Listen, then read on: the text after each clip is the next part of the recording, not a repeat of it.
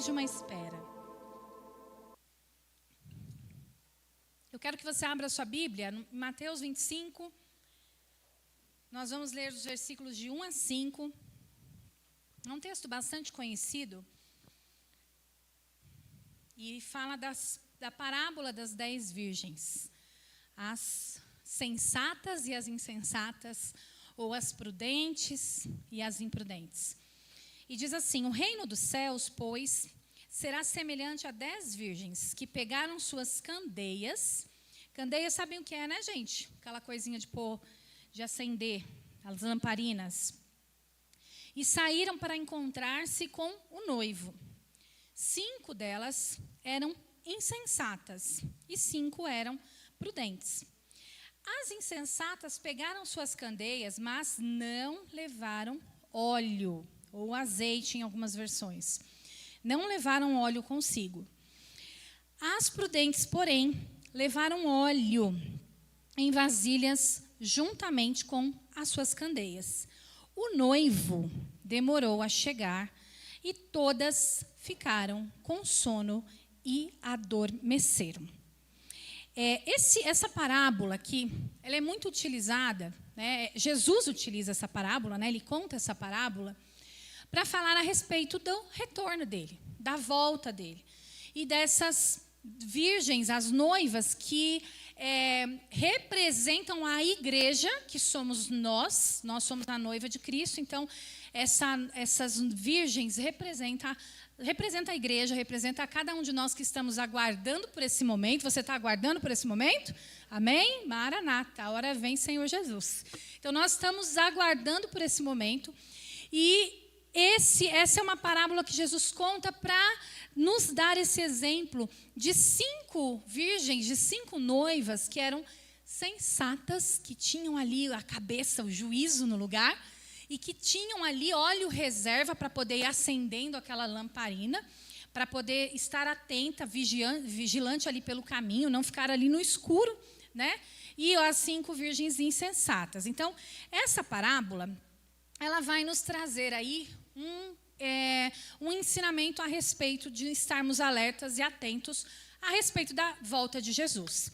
Mas aí, ela também pode nos ensinar coisas muito interessantes a respeito do processo de qualquer espera nas nossas vidas. Qualquer espera, qualquer processo de espera.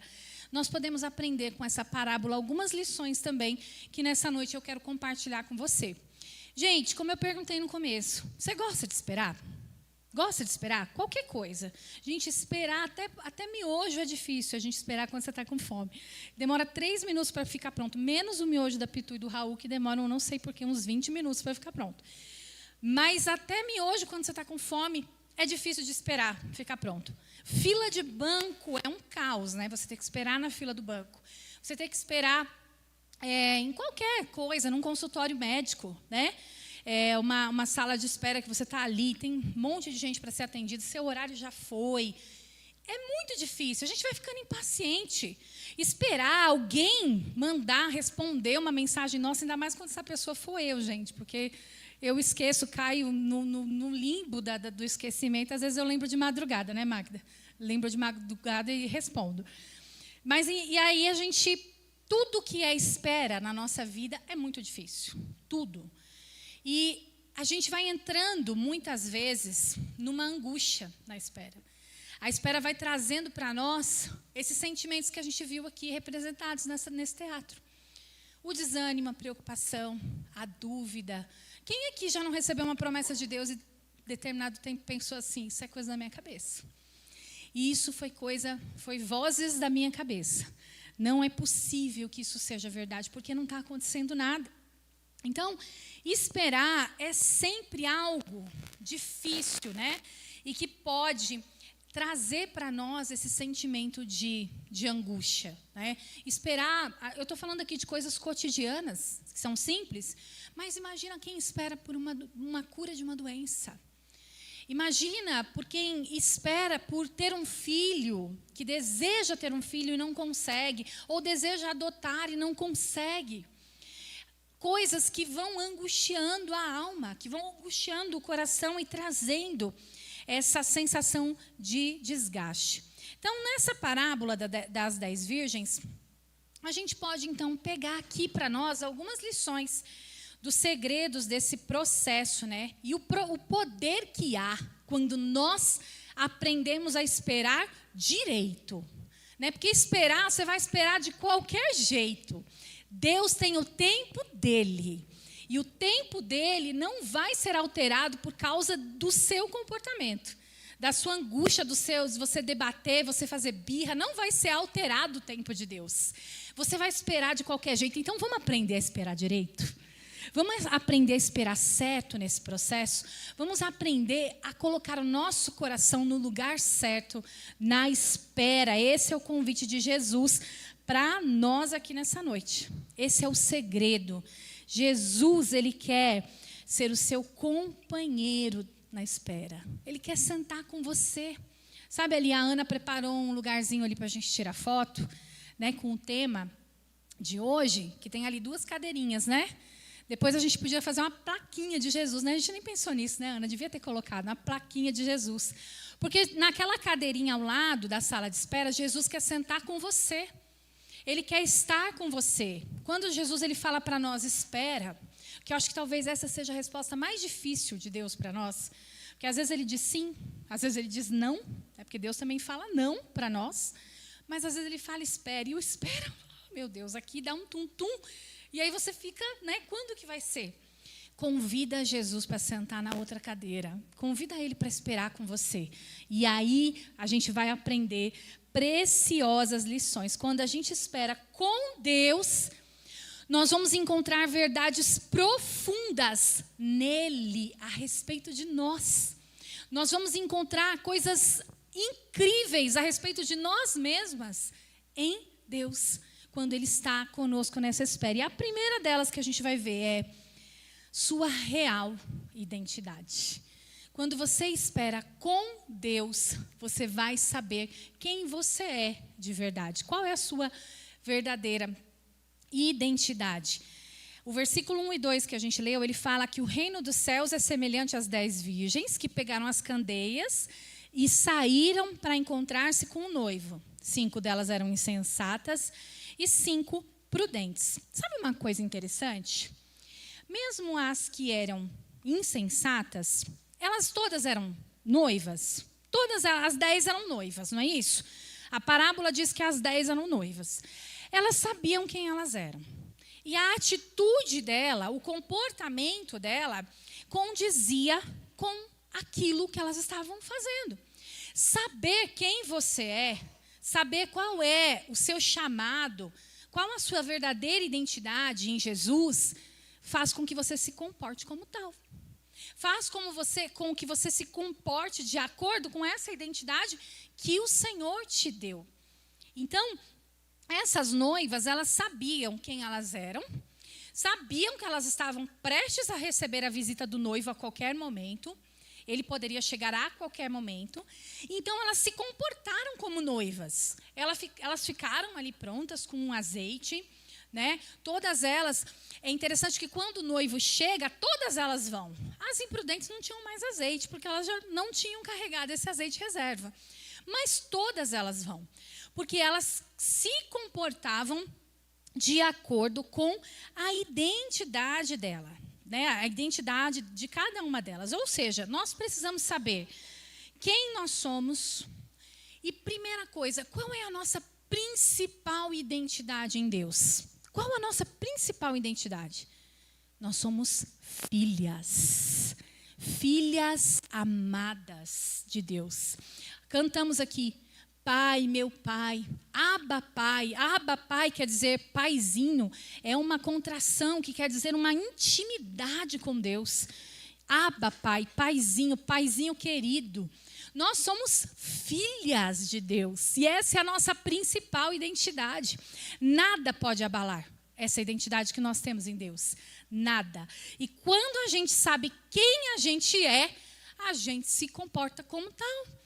Sabe, uma pessoa que é herdeira de algo, sei lá, de uma grande fortuna por aí, ela se comporta como herdeira. A pessoa que tem uma família, que tem um nome, que pertence a um lugar, ela se comporta de acordo com o local e essa família a qual ela pertence. Eu e você somos filhas amadas do Rei dos Reis, do Senhor dos Senhores. E nós precisamos nos comportar de acordo com isso, caminhar de acordo com essa verdade, porque é uma verdade. E aí, quando nós entendemos quem nós somos, quando a gente compreender esse chamado, seja ele ministerial, seja ele familiar, seja ele profissional, quando a gente entender tudo isso e se comportar de acordo com esse chamado, e também caminhar, né, lado a lado ali com a prudência, sabendo que a gente precisa ter perseverança, ter fé nessa caminhada, carregar as nossas lamparinas cheias de azeite, de óleo, para que nós possamos, então, chegar ao final da caminhada, ter essa prudência, porque tudo o que Deus promete, tudo o que Ele prometeu, Ele é fiel para cumprir. Não tem nada que o Senhor... Mas isso não é por sua causa. Você é filha amada. Mas Deus cumpre tudo que Ele promete por causa dEle. Ele é fiel a Ele mesmo. Deus é fiel a Ele mesmo. O caráter dEle é imutável. Deus, Ele não tem nele, em Tiago fala que nele não há variação e nem sombra de variação. Não há nada que possa fazer com que Deus seja... O seu humor não muda Deus. A sua forma de se comportar não muda Deus. Deus é imutável. Então, quando nós confiamos nisso e no caráter de Deus, nós entendemos quem nós somos, em quem nós cremos, onde nós estamos, e nós caminhamos de acordo com a nossa identidade. Nós caminhamos de acordo com a identidade que nós temos nele.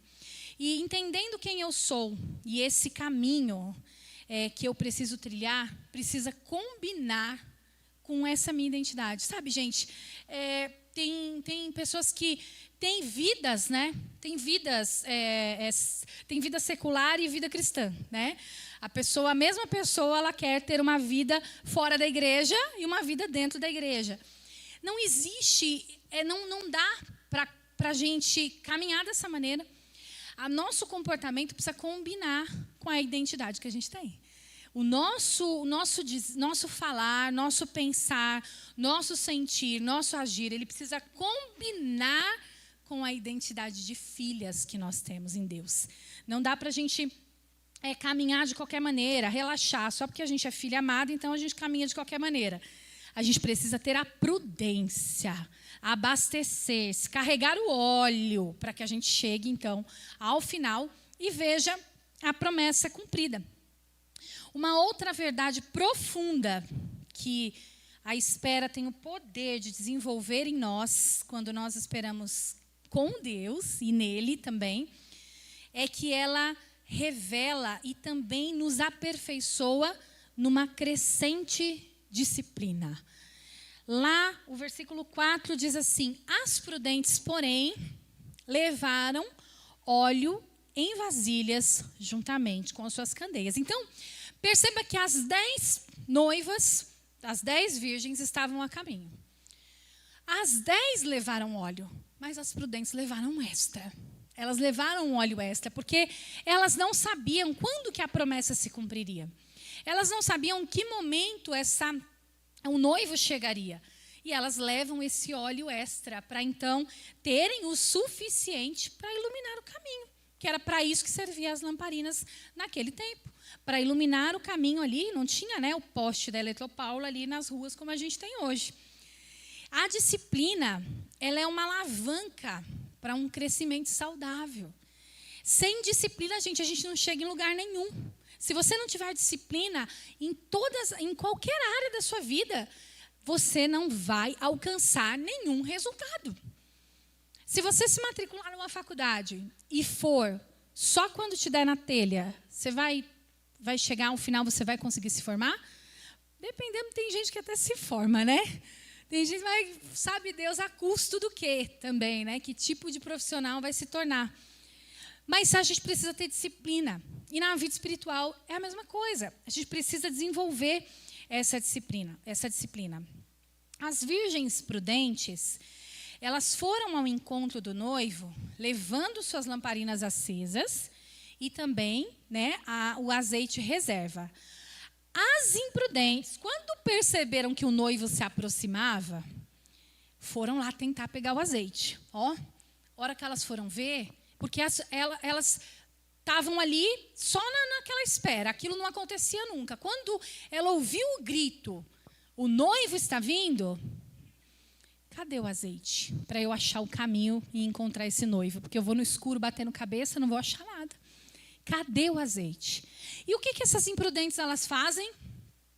Elas pedem emprestado das prudentes. Elas vão lá e falam, empresta um pouquinho do seu azeite, para que a gente possa também encontrar o noivo. Mas as prudentes dizem o quê para elas? Não.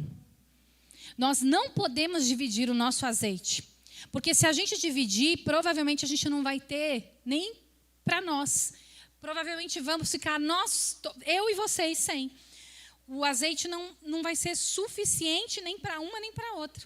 E o que isso nos ensina? Que a gente não pode alcançar as nossas promessas tentando nos garantir com azeite alheio, com azeite das outras pessoas. Deus tem azeite para cada um de nós. E o que é esse azeite que a parábola traz? Aqui, o azeite, ele simboliza atitudes de retidão, atitudes de justiça, uma atitude que combina com o chamado que eu tenho.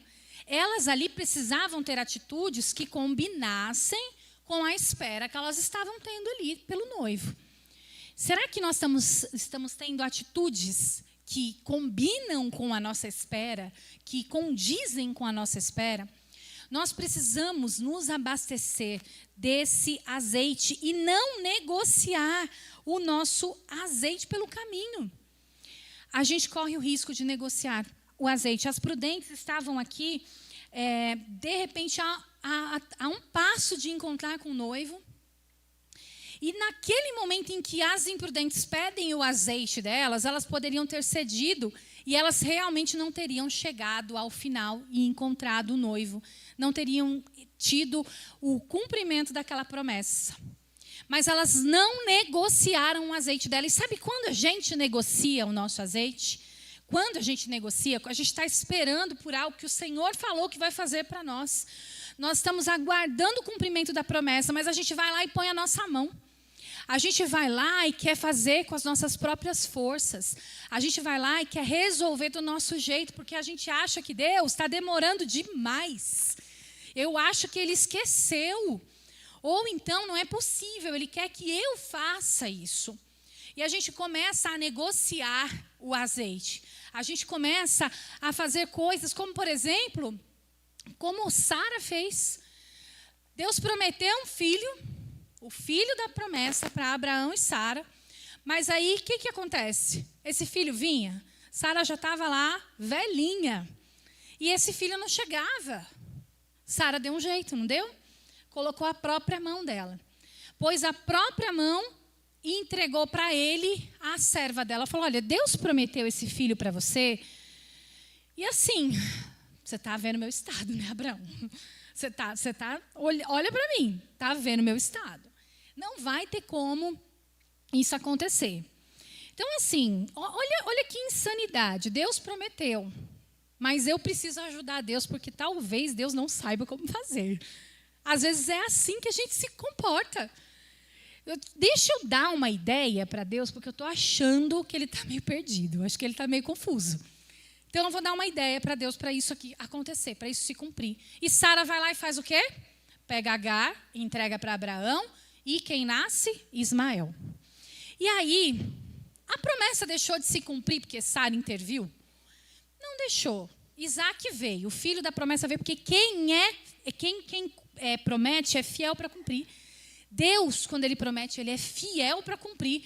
Não importa o quanto você seja atrapalhado, o quanto eu seja atrapalhado. Ele é fiel para cumprir. E aí a promessa se cumpre. Isaac vem, só que Ismael veio também. E aí, a promessa não deixou de acontecer, mas as consequências a gente está vendo aí até hoje. Né? As consequências desse ato de ajuda de Sara né, que Sara achou que estava ajudando Deus, reflete até nos dias de hoje. Os filhos, as nações que são descendentes de Agar e de Sara estão em briga, em luta. E o mundo inteiro padece por causa disso. Você colocar a mão naquilo que o Senhor falou, que Ele vai fazer, vai gerar consequências. Vai gerar consequências. Isso é negociar o azeite. Isso é abrir mão daquilo que o Senhor está te dando e começar a querer fazer do seu jeito. E Deus está nos chamando para confiar nele, para ter essa espera com Ele, sentadinho ali do nosso lado. Tem uma terceira lição que a gente pode aprender com a espera, que é desenvolver uma doce convicção e descanso. E aí eu queria falar com vocês agora sobre o versículo 5. O noivo demorou a chegar. Aí eu vou te perguntar uma coisa. Vocês podem responder, tá? Pode responder alto aí. Quantas dormiram? Quantas? Todas dormiram. Às vezes a gente acha que só 5 dormiram, né? Mas as 10 dormiram. As prudentes e as imprudentes. As 10 noivas, as 10 virgens dormiram. E às vezes a gente olha para essa situação e fica pensando, né? É que o dormir ali naquele caso era um problema. Que o dormir ali naquele caso era como se elas estivessem não acreditando mais na volta, né? Do noivo que viria buscá-las. Mas é importante a gente perceber que o sono, ele faz parte do processo de espera. O sono faz parte. E ele vem, sabe, para fazer o quê? Para nos dizer que nós somos limitados. Nós não conseguimos fazer tudo. O sono, ele é uma das necessidades básicas, né? Básicas. Tem uma pirâmide de necessidades básicas e ele está bem na base. Uma das necessidades básicas do ser humano, junto com a comida, são necessidades fisiológicas. Gente, é uma noite só que a gente dorme mal, não é? Só uma noite. A gente passa um dia pesado. Ou essa noite eu dormi só algumas horinhas. Passei o dia com a cabeça pesada. Tive que tomar remédio. O sono, ele é algo muito importante e precioso. Então, o dormir, o descansar, não significa que a gente desanimou ou que a gente não está mais esperando. Significa que a gente tem necessidades básicas e a gente precisa descansar. E tem horas que realmente nós não vamos mais suportar. E é necessário esse descanso.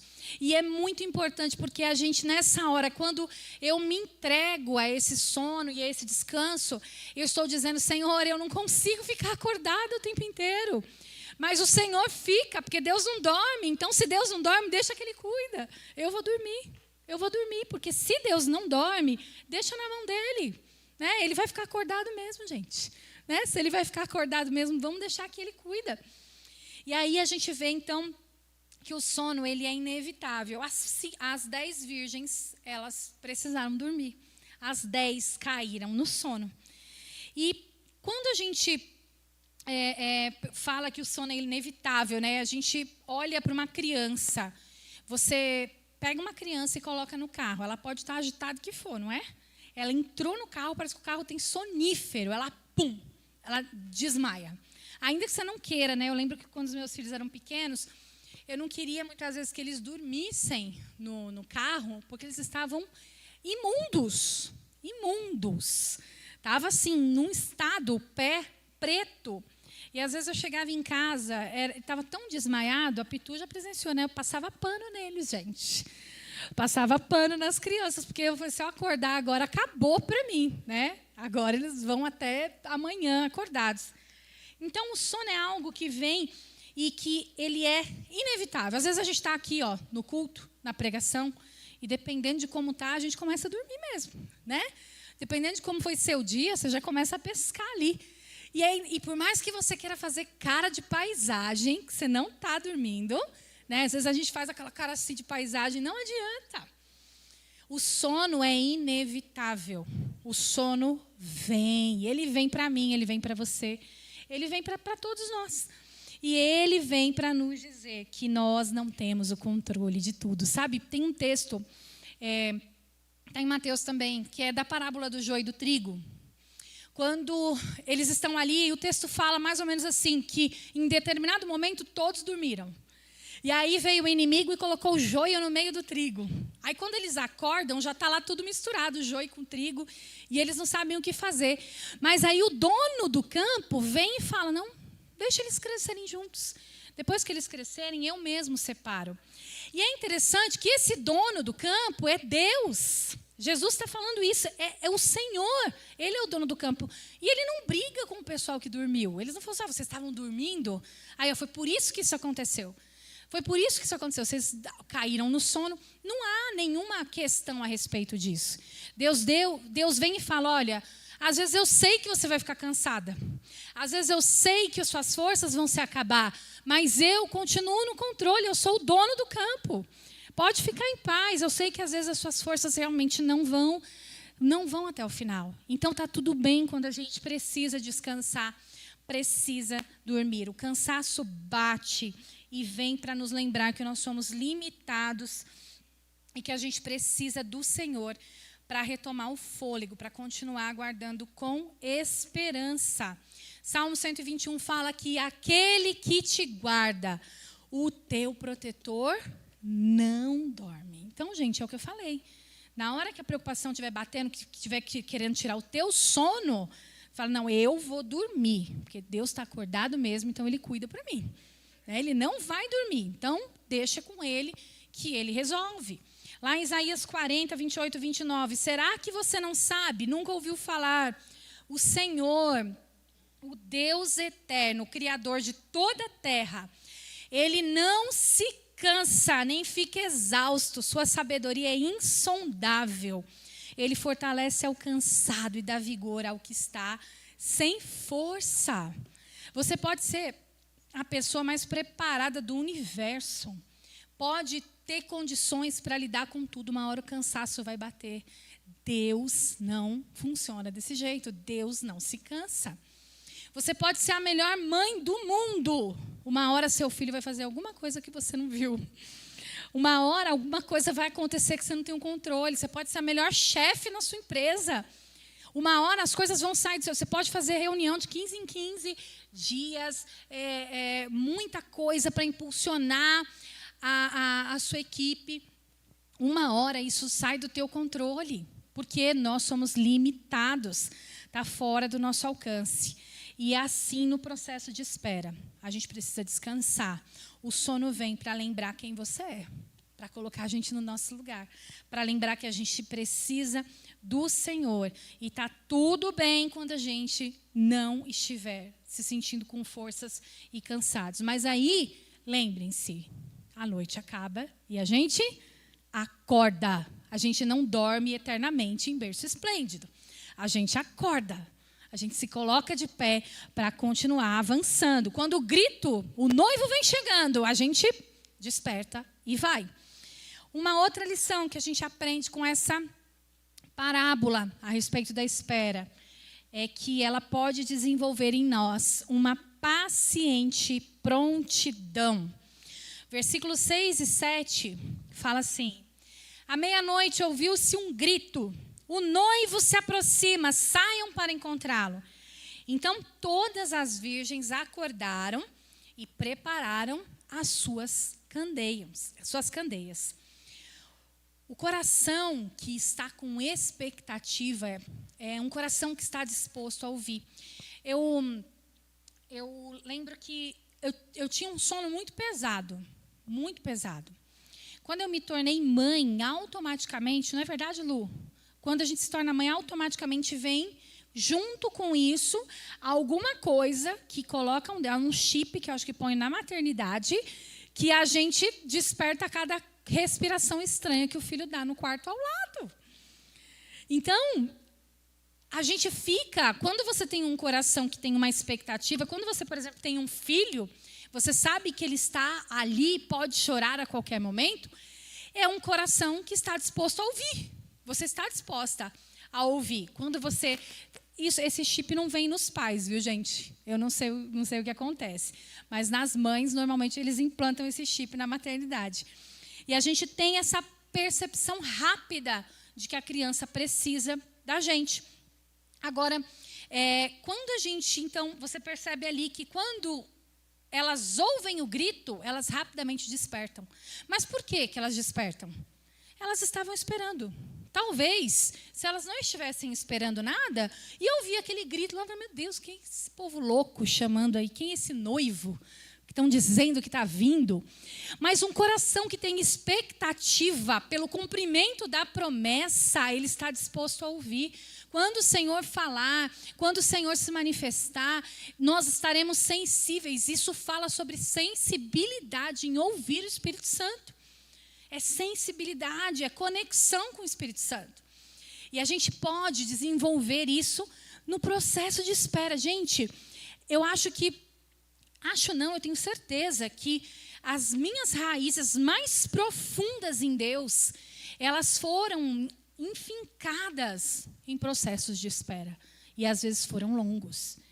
Se eu não tivesse vivido esses processos de espera, eu não seria e não sou muita coisa, mas eu não seria quem eu sou hoje em Deus.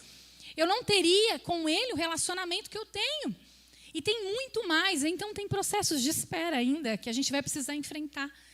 Na sala de espera, você vai ter a oportunidade de se realmente colocar nesse ponto de prontidão para ouvir. Você fica alerta, você fica ligeira. Em qualquer momento algo pode vir, o Senhor pode falar comigo para que essa promessa venha e se cumpra. Muitas vezes a gente começa a ter as nossas esperanças sugadas, né?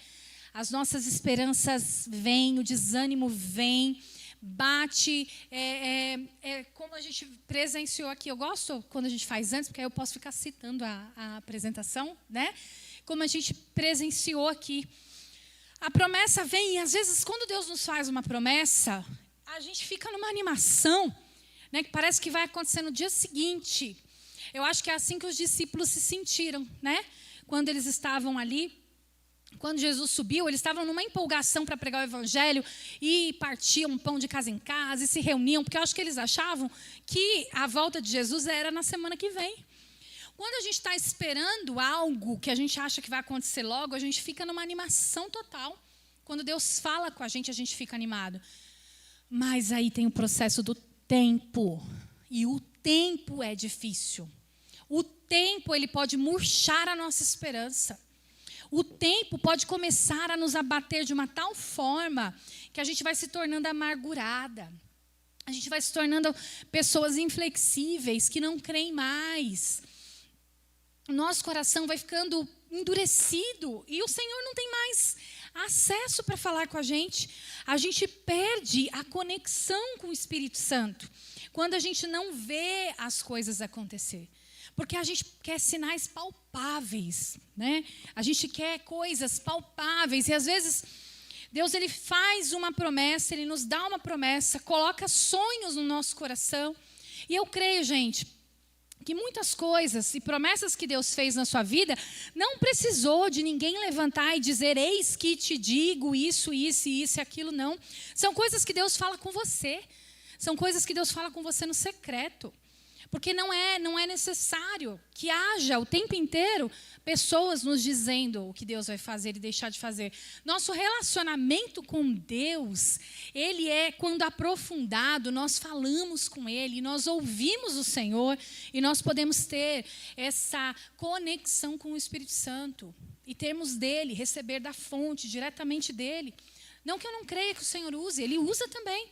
É que a gente não pode ficar também, muitas vezes quando a gente recebe uma promessa, às vezes a gente fica indo atrás de ouvir, né? A gente quer ouvir para ter certeza que foi Deus que falou. Aí Deus usa alguém até para falar conosco e a gente fica indo atrás de profecia, como se a palavra de Deus não fosse o suficiente. Como se o que Ele disse já não fosse o suficiente. Então, a promessa, muitas vezes, ela passa por esse teste do tempo. E quando a gente não ouve algo, ou não pega coisas palpáveis, ou não vê os sinais acontecendo, a gente começa o quê? Desanimar. A esperança começa a ficar sugada. Às vezes a gente pauta o cumprimento da promessa se a gente tem dinheiro ou não para que aquilo aconteça. Ou se a gente tem habilidade ou não para que aquilo aconteça. Aquilo que o Senhor prometeu não depende de recursos humanos, não depende de mim, não depende de você. Depende somente e única e exclusivamente dEle. Somente Ele é capaz de cumprir aquilo que Ele prometeu. Mas agora, Senhor, que hei de esperar? Minha esperança está em Ti. Salmos 39, 7. Agora, Senhor, o que hei de esperar? A minha esperança está em Ti. E aí eu te pergunto, aonde está a tua esperança quando a promessa não se cumpre? Quando você começa a perceber que a coisa não está acontecendo? Aonde está a tua esperança? Lá em Hebreus fala que a esperança, ela é a âncora da nossa alma. Âncora. Eu gosto muito desse versículo. Porque a âncora, ela segura o navio no lugar. Sem esperança em Deus, a nossa alma fica aí, vagando. E fica sendo alimentada muitas vezes e acreditando em coisas que vão nos dizendo. Mas se a gente tiver a esperança como âncora da nossa alma, nós vamos estar firmes e seguros nessa esperança que é o Senhor. Um versículo antes deste, que fala que a esperança é a âncora da nossa alma, diz que nós podemos ter essa esperança em Deus porque Ele é imutável e Ele não mente. Nós temos um Deus que não mente. Se Deus prometeu, Ele é fiel para cumprir. Se Deus prometeu, Ele não muda de opinião. Então, a esperança é a âncora da nossa alma. Permitir que Jesus seja o nosso companheiro na espera produz um espírito tranquilo em nós. Sabe quando eu falei que às vezes a espera traz amargura, traz inquietação? Mas permitir que Jesus sente com a gente na sala de espera produz um espírito tranquilo na gente. A gente vai esperar. Lembra que eu falei? Vai esperar de qualquer jeito. Vai esperar tranquilo ou desesperado. Escolha esperar tranquila. Escolha esperar com Jesus. Escolha esperar aprendendo nele. Lá em Salmos fala assim: espera pelo Senhor, anima-te e fortalece teu coração. Espera, pois, pelo Senhor. Espera, pois, pelo Senhor. Porque se você espera pelo Senhor, você não será frustrada. Agora, quando a gente espera em pessoas, a gente espera em instituições, a gente espera por igrejas, a gente espera por liderança, a gente espera por pastores, a gente espera por família, nós vamos ser frustrados. Quando a gente espera e coloca a nossa expectativa em pessoas, a gente é frustrado. Mas a nossa expectativa estando no Senhor, nós nunca seremos frustradas. Amém? Última lição que a gente pode aprender na espera. Claro que não é, né, gente, a última aqui de hoje. Mas algo que a gente pode aprender com esse texto das parábolas, né, da parábola das 10 virgens, é que a espera, ela pode também gerar em nós a certeza de um pleno acesso à liberdade. Vamos entender isso aqui. Versículo 10, a segunda parte dele fala que assim: as virgens que estavam preparadas entraram com ele para o banquete nupcial. Gente, a liberdade mais preciosa que nós temos é saber que o dono do tempo é meu e é o seu Pai. Essa é a liberdade mais preciosa que nós temos. O dono do tempo é meu Pai. O dono do tempo me ama. O dono do tempo se importa comigo. Então eu não estou desamparada. Buscando nele a direção, não se entregando ao desânimo, nós não vamos deixar que a espera nos amargure. Não vamos deixar que a espera nos deixe a ponto de que a gente não desfrute do caminho, do processo da espera. Gente, quando a gente está viajando, é claro que o que a gente quer é chegar no destino final, né? A menos que você vá de avião, não dá muito para você curtir paisagem, porque só tem nuvem. Mas, gente, ainda tem a comida do avião. Tem alguma coisa que você pode curtir no meio do processo. Então, tudo bem que tem um avião que, para nós aqui, que é meio grande, né? A gente fica um pouco apertadinho. Mas o processo de chegada até o destino final, ele também é interessante. Ele também é gostoso. Se você viaja de carro, de ônibus, você tem uma paisagem, às vezes tem umas paradas, dá para você curtir a viagem também. Para que a gente vai ficar angustiado, focando só na chegada, se eu tenho uma passagem de tempo nesse processo de chegada que eu posso também desfrutar? Eu posso também desfrutar desse tempo, né? desse momento da viagem, do caminho, da paisagem, do que há nesse caminho. Então, não permita que o desespero de ver as promessas de Deus se cumprindo na sua vida roube a alegria de você trilhar um caminho com Jesus, de você trilhar essa espera com Ele, porque às vezes o desespero é tanto que a gente é roubado. A gente é roubado na nossa alegria, na nossa paz, na nossa tranquilidade. A gente vai sendo roubado disso tudo. E o maior segredo da nossa espera está nos frutos de intimidade que a gente desenvolve com o amado da nossa alma. Para a gente esperar com tranquilidade, para a gente esperar não se desesperando, o que vai revelar se eu realmente não vou me desesperar, não vou me amargurar, são os frutos da minha intimidade com Jesus. Quando eu desenvolvo um relacionamento com Ele, eu sei quem eu sou nele, eu sei quem Ele é, eu sei o quanto Ele se importa, eu sei do caráter dEle, eu não me desesperarei. Eu vou aguardar nele. Não significa que vai ser sempre fácil. Não significa que vai ser sempre tranquilo. Tem hora que a gente vai dormir, como a gente falou. Tem hora que o sono vai bater e a gente vai precisar descansar. Mas nem por isso nós vamos nos deixar ser amargurados. A espera com Jesus, ela deixa de ser um tormento para se tornar um deleite. Gente, quando nós estamos na companhia de pessoas agradáveis, que o papo está gostoso, às vezes você está até esperando alguma coisa para ir em algum lugar ou alguma coisa acontecer, mas você está em companhia de pessoas agradáveis, o papo, você nem vê a hora passar, não é verdade? Às vezes está mais se estiver na mesa, que tiver café e bolo, né? A gente nem vê o tempo passar.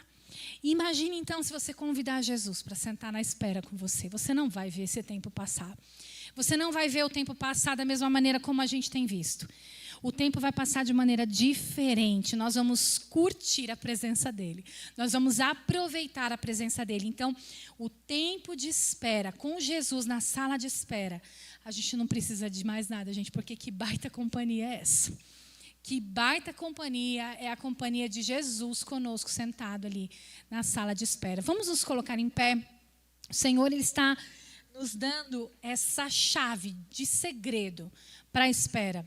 Ele quer que a gente desfrute da presença dEle. Ele quer que a gente desfrute desse tempo. E eu quero fechar lendo Salmo 71:14, que fala assim: mas eu sempre terei esperança e te louvarei cada vez mais. Vamos falar juntas esse versículo? Mas eu sempre terei esperança e te louvarei cada vez mais. Aqueles que têm as suas esperanças renovadas, louvam ao Senhor.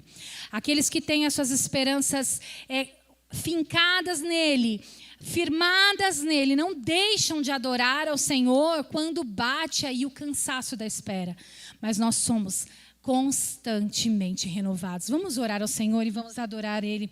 Pai, obrigada, Deus, porque